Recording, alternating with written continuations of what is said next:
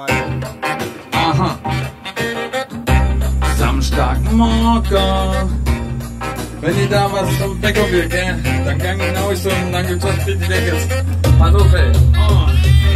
Ich will a Butter, Brezel, a Brezel mit Butter, a Butter, Brezel, a Brezel mit Butter. Du weißt schon, das leckere Laugengebäck, wenn das Ofen frisch knusprig ist, kauf ich das jetzt. Morgens 3 vor 10 in Deutschland, das ist Coin mit dem Knoppers in der Hand. Neu, hier festbot man euren Schätzelein, weißt was ich mein, es ist Brezeltime. Es spielt keine Rolle, wie alt du bist, jeder liebt das Gebäck mit Haltegriff.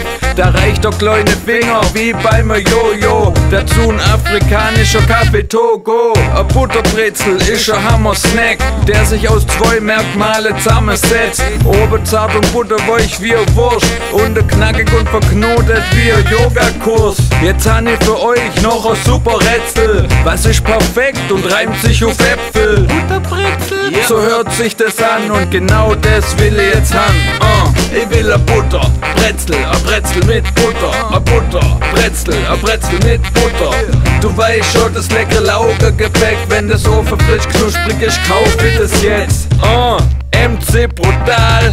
Ich war schon in New York am Times Square und han kurz einmal gedacht, dass ich daheim wär. Da gibt's auch Brezler, aber mit P.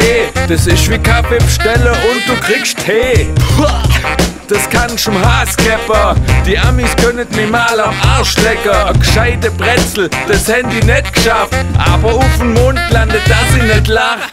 So ein Brezel muss lecker sein. Das kriegst hier bei jeder guten Bäckerei. Weil da sind die deutschen Meister am Werk. Das Rezept wird höchstens weiter vererbt. So langsam han ich jetzt richtig Lust auf ein Brezel mit Fettbutter drauf. Jetzt fragt ihr mich schon wieder, was darf sein. Das sag ich doch die ganze Zeit. Ich will a Butter, Brezel, a Brezel mit Butter, a Butter, Brezel, a Brezel mit Butter. Ofen frisch knusprig, das wär super. Bei einer guten Form der Brezel kannst du dreimal durchgucken. Ist das lecker? Bei einer guten Form der Brezel kannst du dreimal durchgucken. 3 Mal. So schaut's aus.